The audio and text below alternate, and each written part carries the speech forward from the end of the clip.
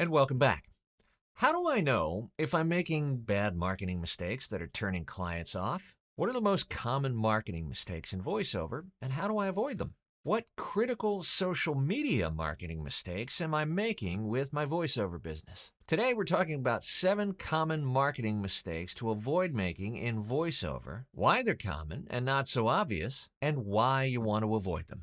Look, in the first few years of your career, it's hard enough to learn what to do right. Sometimes learning what not to do can be a bigger help. One of the most common marketing questions I get from voice actors is, how do I differentiate myself? How do I make myself stand out? How do I make myself different? We're going to answer that question by flipping it around and asking, how do you not look like everyone else? So here are 7 of the most common marketing mistakes to avoid in voiceover.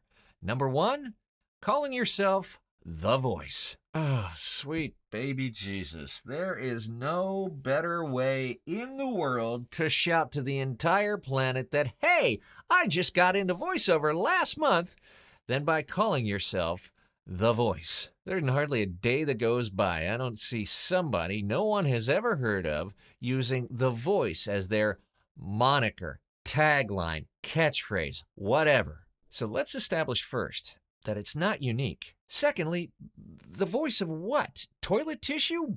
Beer nuts? Beer nuts, the official disease of Milwaukee. Thirdly, you've lazily and blatantly ripped it off from the TV show. And fourth, and maybe worst of all, it's just puffery. The people that call themselves the voice are in fact the voice of nothing because they haven't done anything yet. Don't do it. Just don't. Number 2, the headshot of you with the mic. Look, you're excited to be a voiceover. I get it. I am too. I love what I do. I think it's the best job I've ever had in my life. But let's say you were a plumber who loved what they did and was really good at what they did. Would you pose for a headshot with a big old pipe wrench? Do dentists pose on social media with Mr. Sucky Thing? Look, if you want to look like every other newbie actor, get the shot of you in the booth with the mic. Put your headphones on for that authentic look. Make sure you get the one of you screaming into the mic. And don't forget the action shot of you reading copy and emoting. You don't differentiate yourself by doing the same thing as every other voice actor. Number 3, the logo with the mic, the headphones, and the waveform. There's a certain insecurity about newer voice actors, and I get it. I was there once. You look at people that are ahead of you on the path, and you think, my gosh, I'm competing with these experienced voice actors. They're so well branded. They have everything going for them. I really better get my visual identity, my ducks in a row so that I can get out there and compete. But here's the God's honest truth. Buyers, casting directors, don't care about your logo. I've said it before, a voice actor needs a logo like an astronaut needs a basketball. It's just not essential to growing and developing your business. A logo doesn't prove anything at all. It doesn't prove your competency in the field. Your demos do that.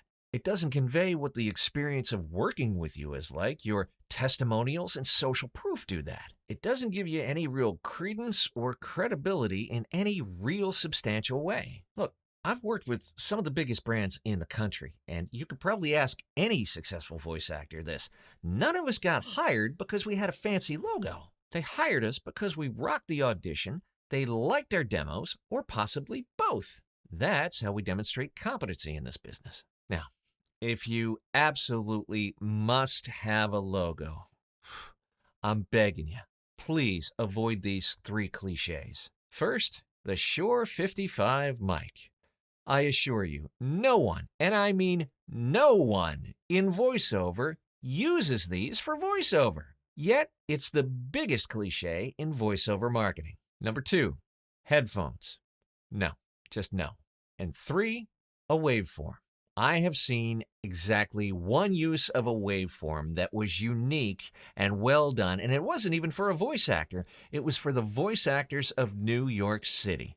It's brilliant. Well done, y'all. Yours likely won't be. Number 4, using a graphic or logo for a profile pic on social media. Now, before you get your back up, I understand using your face in your marketing is a personal and touchy subject. The choice whether or not to put your face on your marketing is a personal one. There is no right or wrong here. For some of you, it may make you more approachable, friendlier, more human to potential buyers. For others, it may subject you to bias, racism, misogyny, other forms of hatred or discrimination. Make your choice based on your personal comfort level and be grounded in that choice. You own that choice. Nobody else does. Now, that said, if you're on social media, I encourage you not to use a graphic or a logo for your profile picture. Why?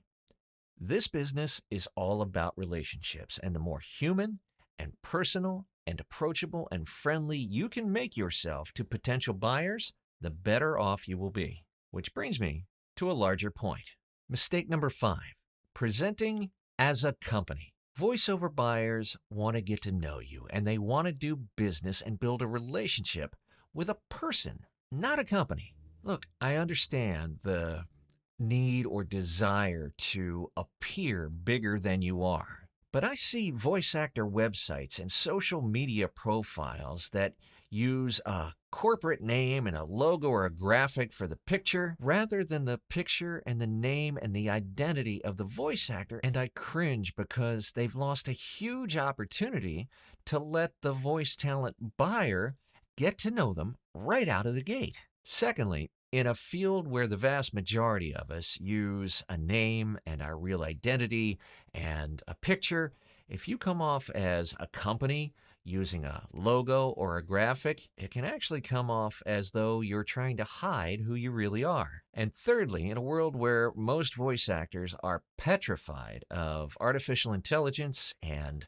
text-to-speech, the more human, the more authentic, the more real you can present yourself moving forward, the better you will do with voice talent buyers who buy based on quality. And that's a great segue into mistake number 6, lowball pricing. Well, it wouldn't be one of my videos if I weren't railing against lowball rates, now would it? I've said this 1,000 times, but you don't get to undercut your colleagues and charge lowball rates just because you're new. First-year surgeons don't offer 80% off triple bypasses. Rookie dentists don't give you $5 root canals. And new voice actors, nor anybody that calls themselves a professional, should be offering lowball rates. The pro buyers know what pro talent charges. If they wanted to hire hacks and go on the cheap, they would. When you offer a rate that is significantly below accepted pro rates, you're not winning the work. You're bribing the client because either A, you don't have the chops to compete, or B, you do have the chops and you don't have the confidence to stand up for yourself, or worse, you have the chops and you just don't care about undercutting your fellow voice actors. There's only one reason to offer a substandard rate: a substandard product. If your product isn't up to snuff, get more training, because in the next few years, AI and text-to-speech are going to obliterate the entire bottom end of this business, and if you're not trained, all the rate cutting in the world isn't going to help you, because some bot will still do it cheaper. Mistake number 7, begging for work on social media. I'm talking about the online, public, asking/begging for work on social media. I see it on LinkedIn posts. I see it in Instagram posts. I see it in tweets. Some producer, casting agent, or voice talent buyer will post something on social media about a project or something cool, some announcement, and it'll take about 0.5 seconds before some chucklehead chimes in with a version of this. Hey, if you ever need a voice talent to blickety blackety bloopity blop. Hey, can I get a few minutes of your time to talk about your voiceover needs? You guys looking for voiceovers? Are you hiring? Oh, are you accepting demos? And my personal favorite, the compliment in exchange for the beg. Great job, Bob. Say, if you're ever looking for a voice talent, oh dear God.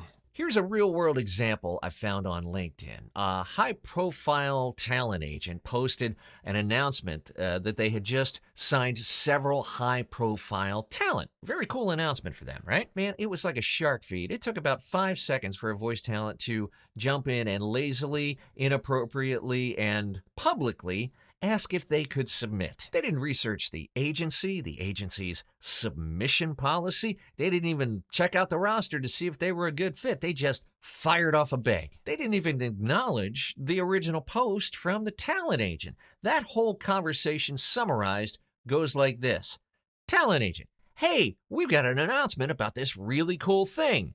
Voice talent, whatever. Can I have a job? When you publicly and reactively ask/beg for work, you show the entire world that you're lazy, that you don't mind being inappropriate, that you're reactive, that you don't do your homework and your research, and maybe worst of all, that you have no qualms about putting your prospect on the spot publicly. You're being unprofessional and inappropriate, and you're not paying the respect due to your prospect. So how do you react appropriately? You react thoughtfully and by adding value to the original post posted by your prospect. And don't mail it in. The world doesn't need one more spot on, agreed, 100%. If their content truly engaged you, let them know why and how and what value that brought to you. It's not about you, it's about them and the content that they brought to the table and where you find that content valuable. Then do your homework. Who are they? What do they do? Who do they work for? What's their role? Then, if and only if they're a good prospect, approach them privately and personally. Reach out to them, introduce yourself, let them know what you do and how you can help them solve their problem. Let them know what value you provide to them. Any approach to a prospective client on social media should be 4 things. 1, it should be personal. Always one-on-one, always with a personal touch. 2, it should be private. Don't ask for work publicly. You're just putting that person on the spot. Now, there are rare exceptions, such as if that person posts asking people to submit. Number 3, it should be targeted. Make damn sure they're likely to use your services even if they don't currently use you. And number 4, value adding. In every communication, you should be striving to bring that person value. You're in the business of building relationships. Be professional, be personal, be empathetic, and be respectful. The VO Freedom Master Plan is the most stringently proven voiceover marketing program on the planet. It's curriculum, community, and coaching calls all in one. Get more information in the link in the description on YouTube or in the show notes on the podcast. And to get my Move, Touch, Inspire newsletter for voice actors that comes out every Thursday, hit that link in the description or show notes as well. If this video helped you, if you think it'll help another voice actor, help us find those other voice actors with a like, a subscribe if you're on YouTube or on the podcast. And if you are on YouTube, hit that notification bell so you'll be the first to know when we publish a new video every single week. Thank you so much for your support. I can't thank you enough. This community can't thank you enough. And we will see you back here very soon.